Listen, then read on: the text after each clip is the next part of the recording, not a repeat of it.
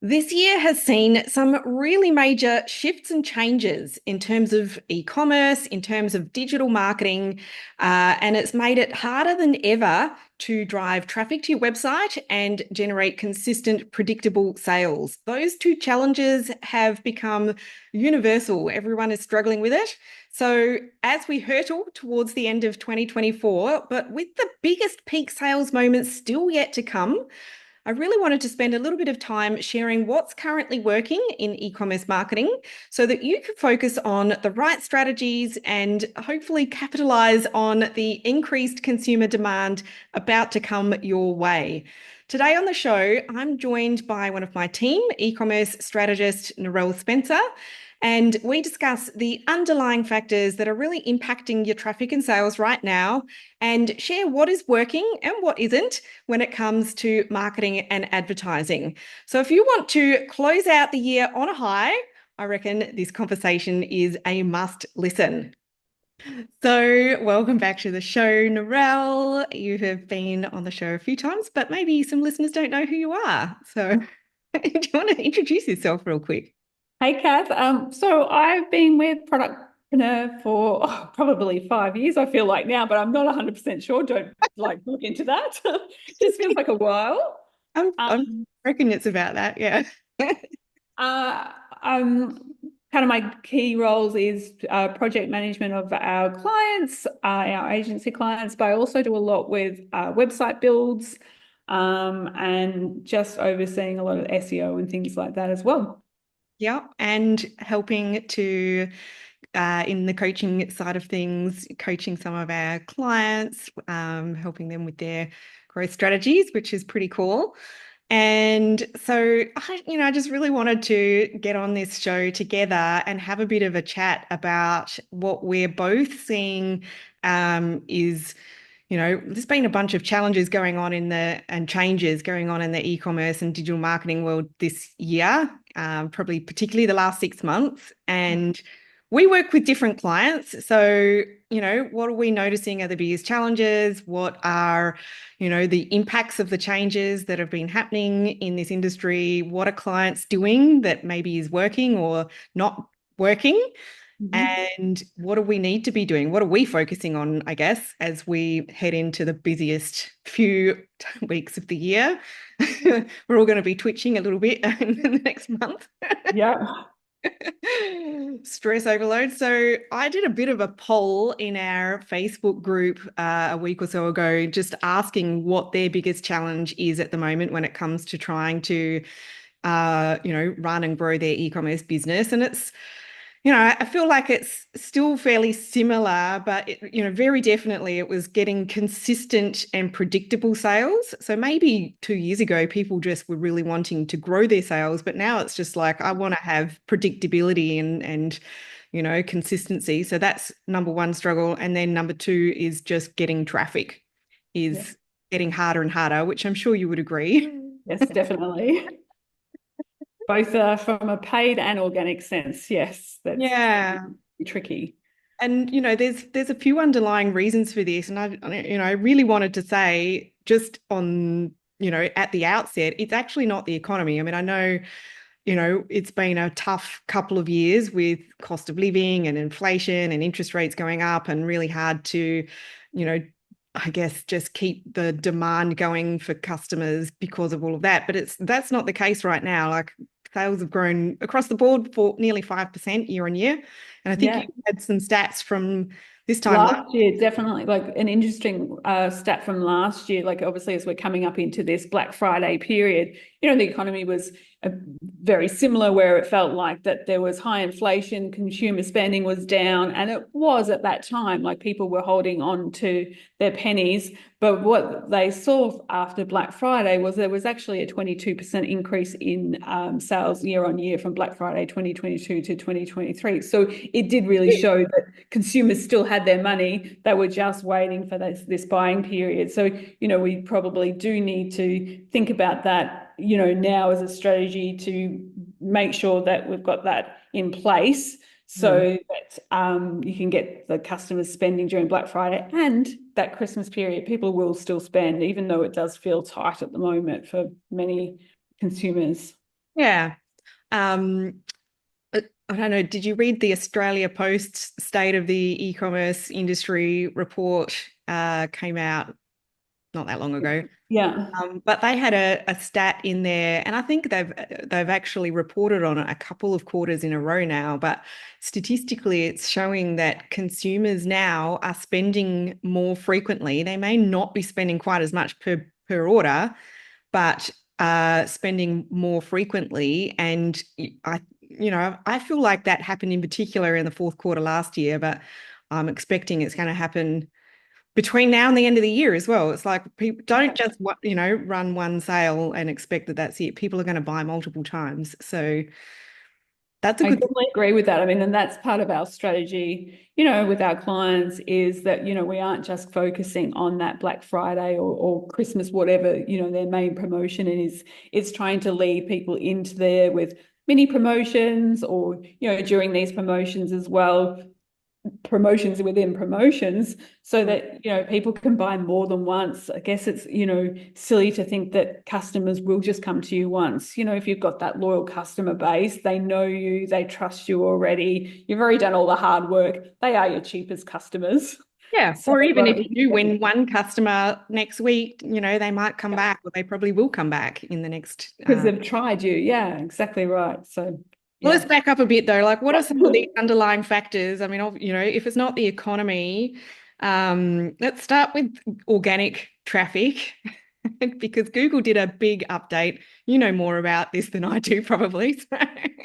I do know a bit about this. I mean, it's their update was to start incorporating AI more into Google search.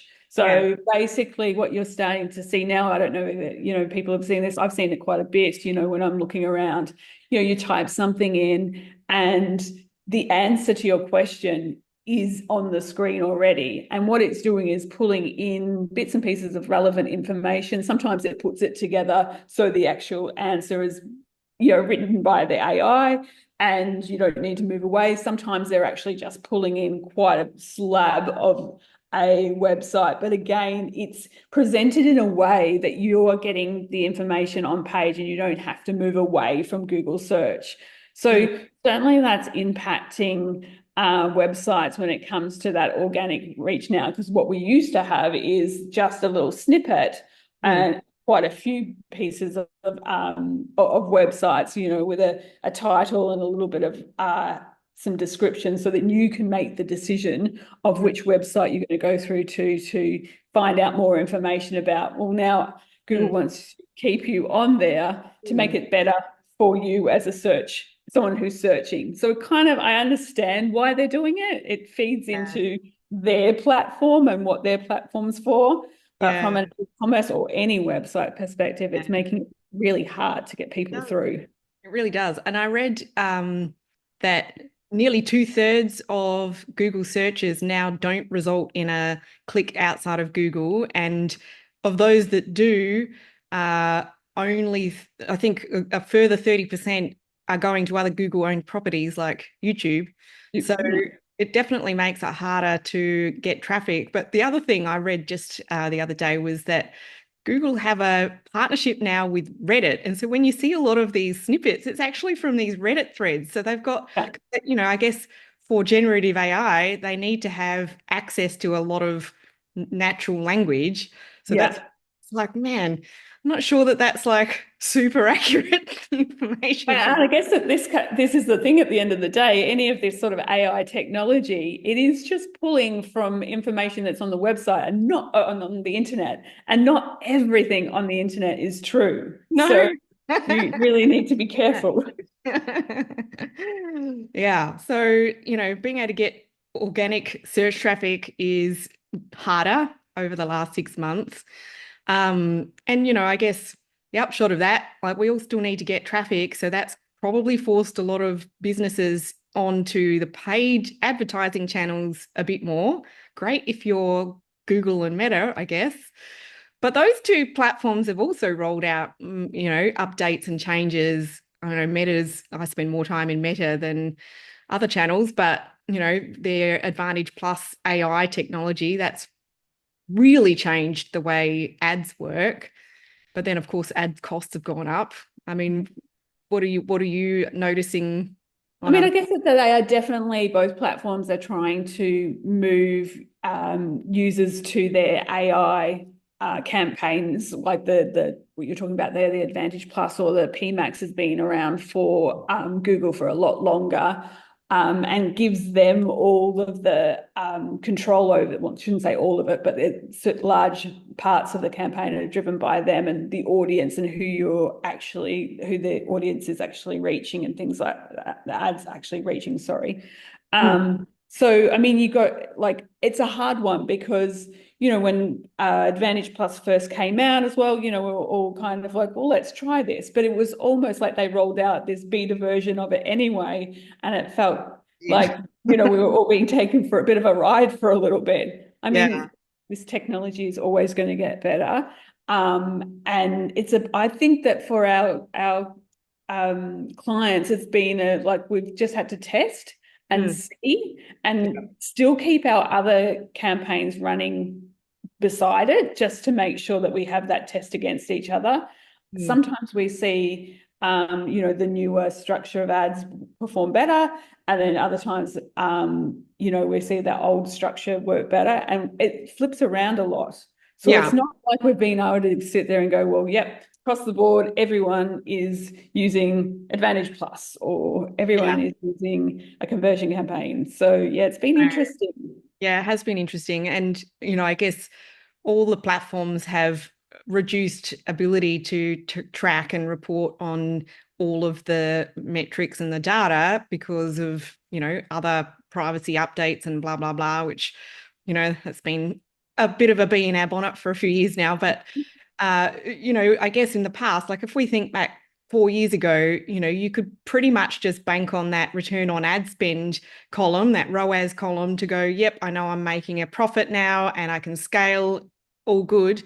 But that isn't going to be a comprehensive number anymore. And, trying to make business decisions based on that figure, it's doesn't work anymore. And it certainly doesn't work from a perspective of trying to decide what to do in these platforms, like solely, like you can't just rely on that data and go, okay, well, this looks like a campaign that's not working anymore. We're just going to turn it off and not spend here anymore. Like we have seen this in the past, with people within our programs and also some clients who have gotten worried about, seeing that ROAS has really dipped quite low, and then they turn off the ads, and then we see that there's no orders coming through at all. Like it really is like that. And it's like, well, hang on, why didn't the campaign say that it was doing a much better result? It's all of that tracking we're missing out Yeah. on. So it's a matter of going back to looking at stats like your MER and things like that. So that's the marketing efficiency rate, so that it's an overall ad spend on over revenue rather than just looking at it from that, platform Yeah, ROAS. yeah, yeah.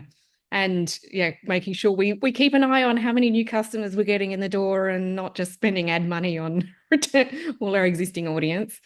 We can talk more about that later. But I also wanted to just talk about, all of this advent of AI tech that's been rolling out is everywhere now. And it just, I don't know if you feel like this or if listeners feel like this, but every day you look in your inbox and somebody else is rolling out some fancy AI tool, and some of them are good, some of them are just a bit crap, really. It does feel somewhat like a bandwagon that people are jumping on. But then again, I know that there's a lot of actual real innovation happening as well. What are you noticing about Yeah, the? I mean, I would agree with that as well. Like, it feels like you've got these AI tools that are really helping with efficiencies in businesses.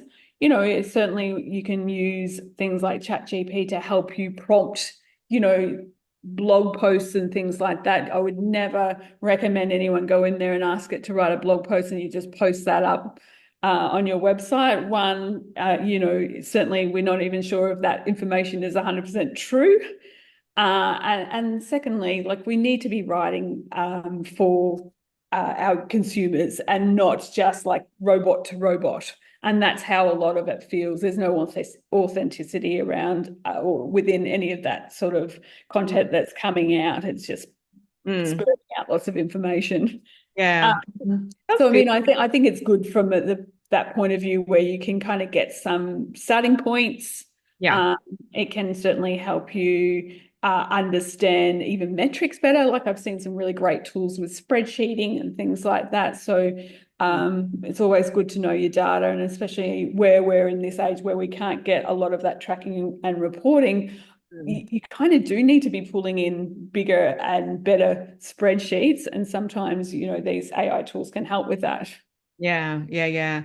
I am loving some of the so one tool I really love is the headline analyzer that is part of CoSchedule. I don't actually use CoSchedule for their other tools, but their headline analyzer is really cool. So, if you're writing an email subject line or a headline for an ad or a blog title or a podcast title in this piece of contents case, and you can put it in there, and they've got so much data and such a sophisticated algorithm that it can tell you how well that title is going That's to great. perform. And, for example, with email marketing, like you've got to get people to open your email if it's going to work. And if the email subject line is boring, or if it's going to send people in or send the email into the spam folder, Mhm. people aren't going to open it. So then that Yeah. email is not going to work. Doesn't matter how good the content is. So that's probably my favorite tool. Yeah, I think that's great. Actually, I was just thinking of another great tool that's been really great from a website point of view, and that's within the Shopify platform itself. And that's like the AI tools around images and things like that, and what you can do within there, and pull out backgrounds and stuff like that. Because I know that 3 years ago, even a lot of people building their website would have these wonderful websites, but that had these beautiful images on them, but they were all kind of didn't have a nice cohesive feel to them because they had all different backgrounds and things like that. And we know, like from a collection page point of view, keeping it simple and the product to the forefront is what you really need, because coming into a collection page with lots of products and lots of different pattern backgrounds and things like that is overwhelming. So, just pop it into Shopify now, and you can pull that background off within the platform. Has been, a really great tool. Mm. Well, as you know, I don't spend too much time in the back end of Shopify, so I didn't know about that one. Always laugh about that.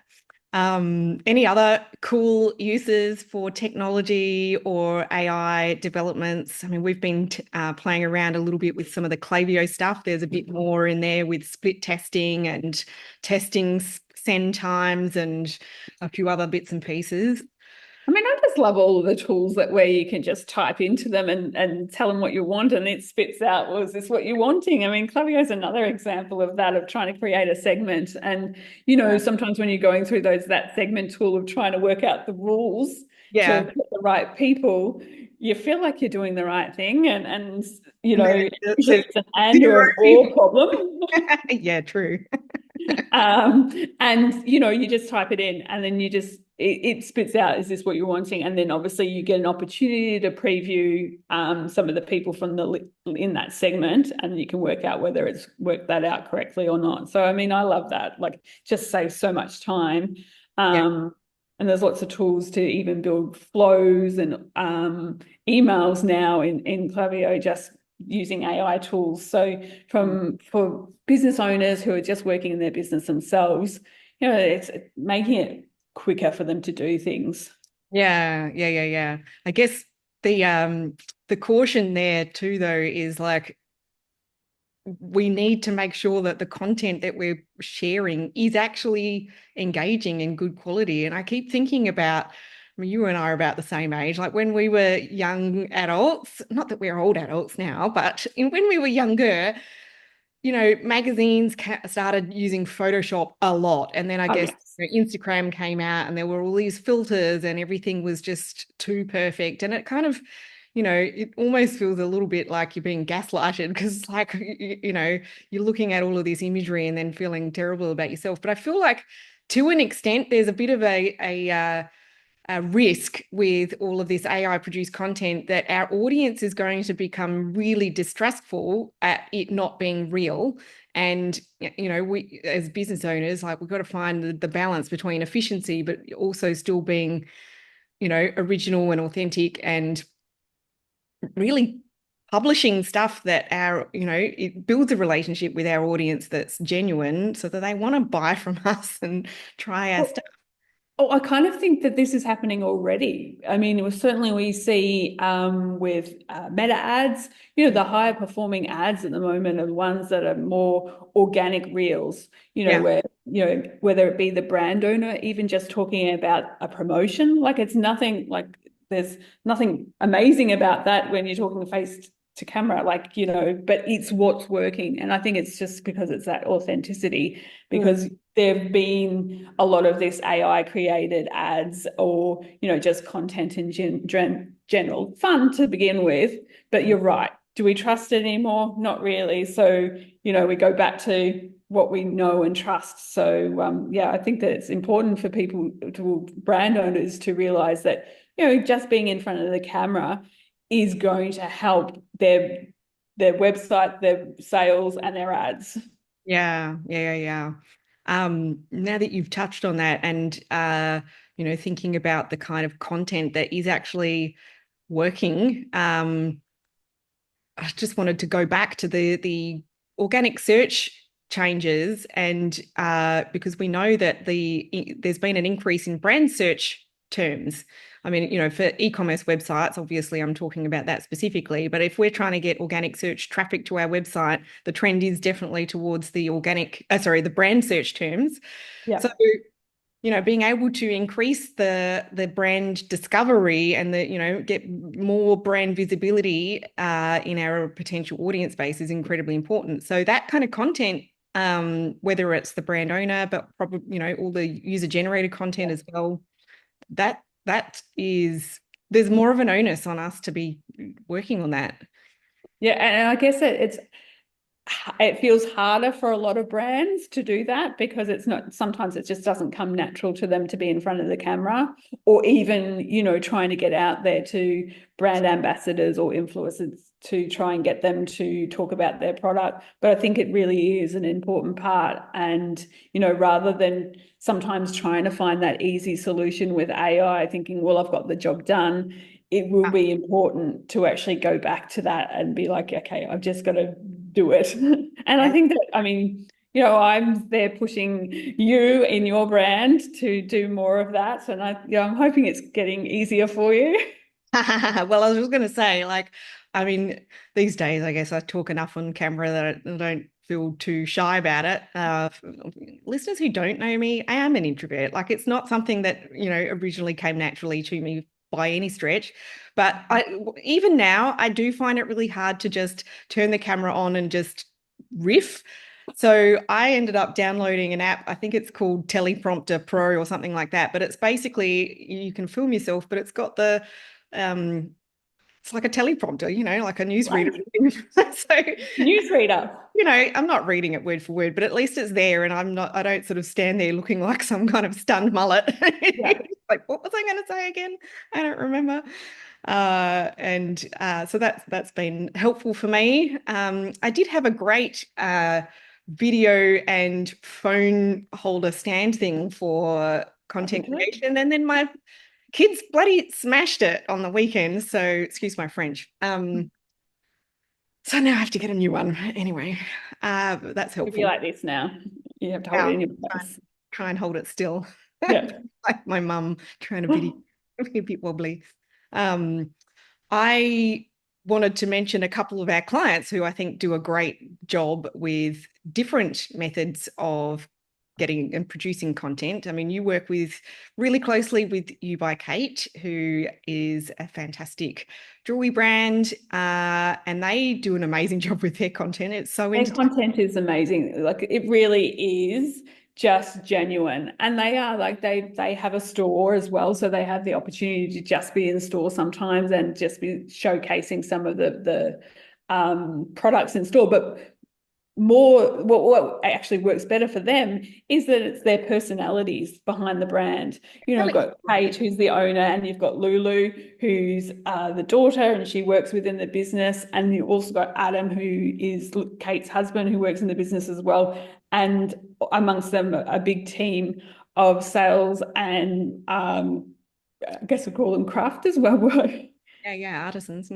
Artisans. And you know, you get a lot of behind the scenes stuff going on in there, and it's really engaging. So it's not just sitting there always like sale, you know, buy, here's the product. You get to see behind the scenes, and you know, that really, I think that sits with you for longer Yeah. as a consumer, because you'll always come back to it. It triggers something in your mind about that brand.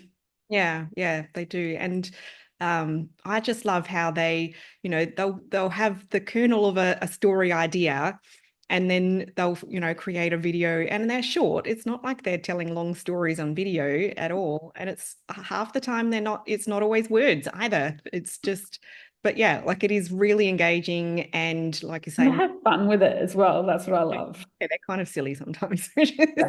It suits the medium. The other one that I wanted to mention is Baby Aiders. And so the way that they do it is really incentivizing their most engaged customer base. And they do a great job of collecting user-generated content that way, which is great because, that particular business, I mean, their products are largely for babies and preschoolers and, really young children. And as business owners, their kids are too old for that now. So it's not something that they can just produce all the content themselves. Not that I think they'd want to anyway, but they've been able to put this system in place where every month, somebody's going to be rewarded for creating some content and sharing it. And, they get to use all of that in their marketing as well. So it works really, really, really well. Who wouldn't want to see their baby, you know, featured in an ad or in an email? I think I saw one of these emails come across my desk the other day, and it was a baby aiders in the wild, and it Yeah. had lots of cute Yeah.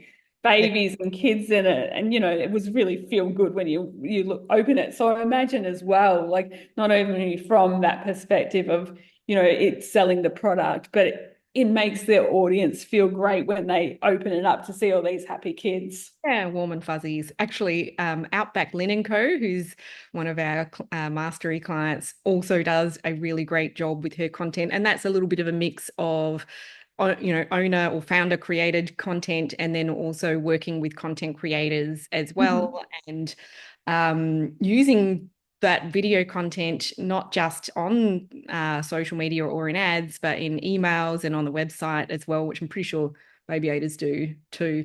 But yeah, super effective at increasing that brand discovery and getting people to the website, driving sales.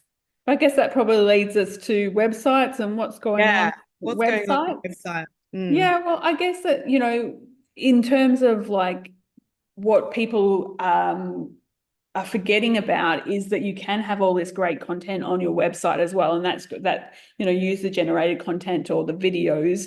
A lot of new brands who are building, in Shopify, they might just grab the theme and then they put the product pictures in and they've got a description and that is it. But, obviously 2.0 Shopify came in probably 2-3 years ago now, but it has sections everywhere, which means you can incorporate these videos into your product pages. So if it's going to tell a story about the product or is going to help consumers understand how to use the product, then it should be there. And it doesn't actually need to be buried anymore. Before, we were kind of burying it a bit in the image area. So you would kind of click through the images and, oh, here's a video. So then you watch that. This can be on page. Like, I guess, and that's the other thing that I when I'm talking in our foundations course, is that you don't have to bury things anymore.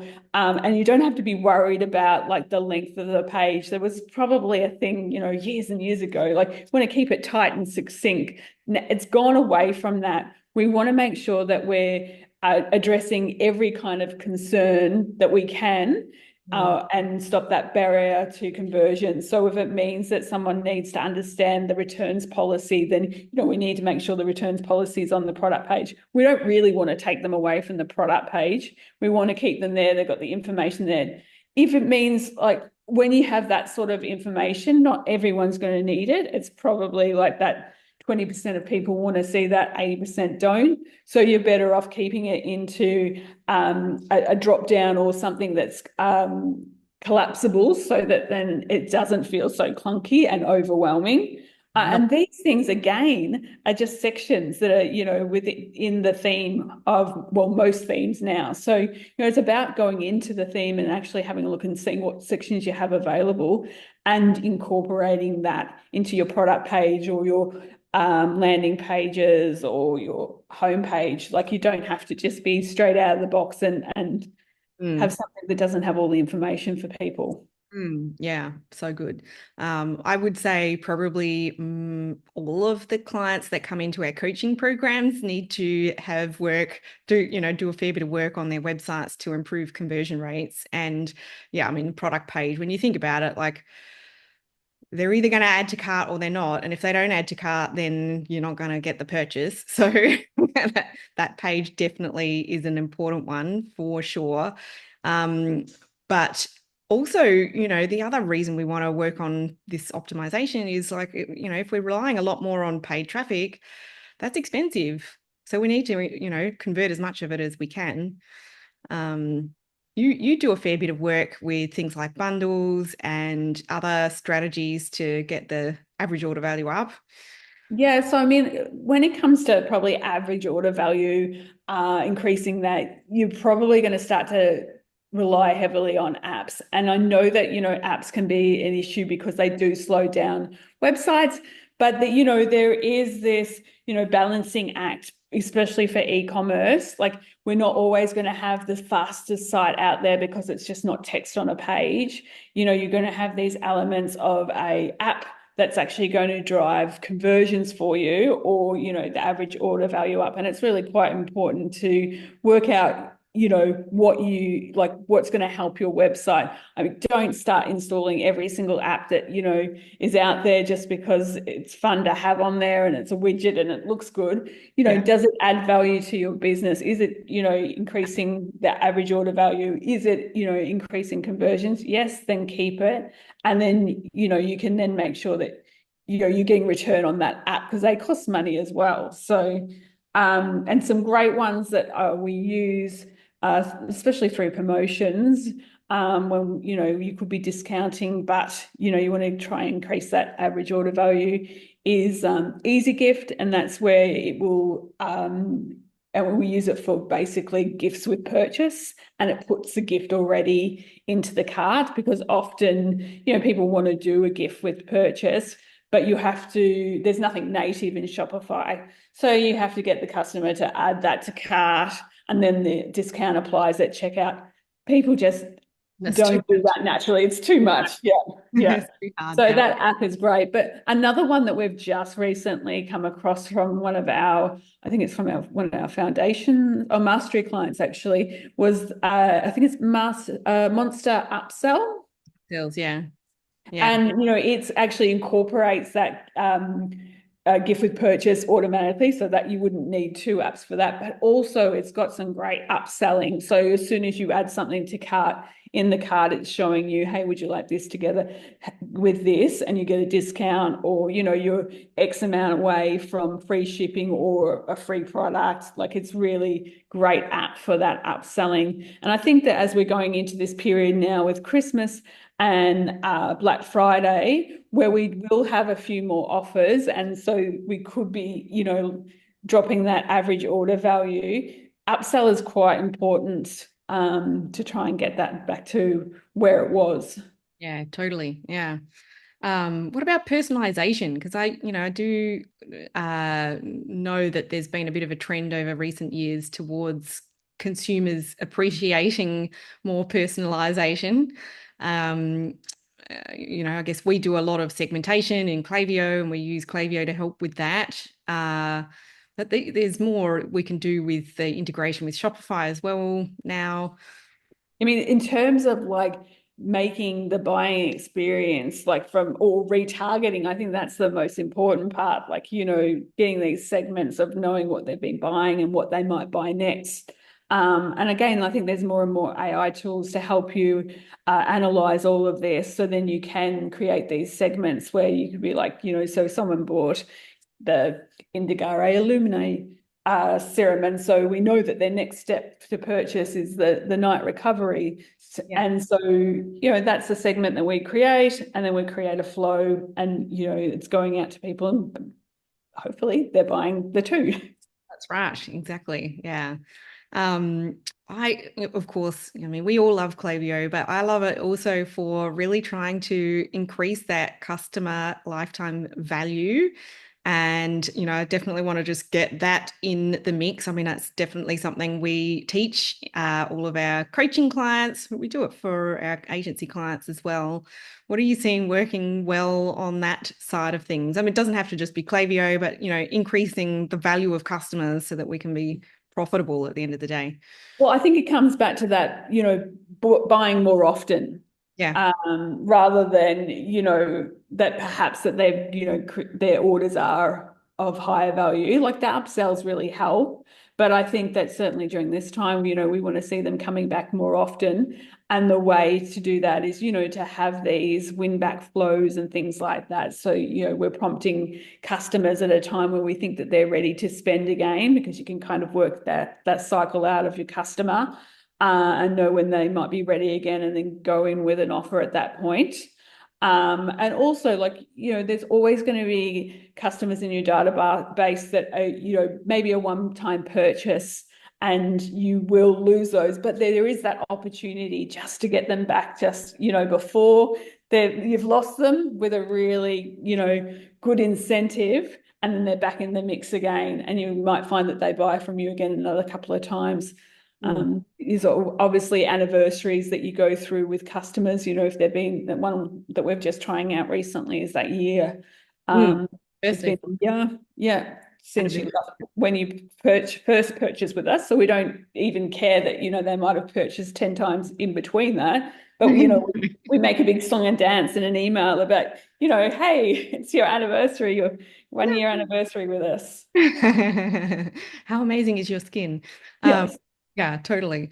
No, that's really good. And I guess, it can sometimes feel a little bit like, we're going out with a lot of emails or a lot of contact points with customers. Obviously, it's not all going out at once, but, we have to, particularly at this time of the year, we just have to remember that, it's going to be cheaper to entice these existing customers back like that, rather than continue to pay for converting new ones. Obviously, we want both, but once we've bought, paid to win over those new ones, we pay for traffic, we pay, often given up some margin with an incentive and all of that kind of stuff. We don't want to say goodbye to them then, because then we're not really making any money, and we've got to be profitable at the end of the day. Yeah, and I think that, this time of year as well is, really about leaning into those customers, that you have already into your database. So you've spent a lot of time during the year building those audiences, through paid advertising, bringing in the new customers. And it is important to think about that in advance for next year as well. Because I do know that, there's a lot of strategies right now where they're like, quick, get people into the database through paid advertising, giveaways and things like that. That right now they've probably stopped working, but 2 months ago they were going gangbusters. It was a really great way to build your audience and build your database, so that now you can lean into the cheaper ads of retargeting, Yeah. and not having to acquire all the new ones, especially it's such an expensive time of year. Yeah, even the engagement type ads where we can, we're warming up the traffic that way, even if they're not yet on the email list, but we can start to retarget those warm audiences as well, which is helpful. Yeah. Any last thoughts or suggestions about any of this heading into the Black Friday, Christmas period that Yeah, you? I guess that probably it's more about, thinking about your promotions from, like, not just that one, Black Friday offering or Christmas offering, and, doing lots of kind of mini offers, so that you can talk to even just different segments of your database. You don't always have to go out to your entire database as well.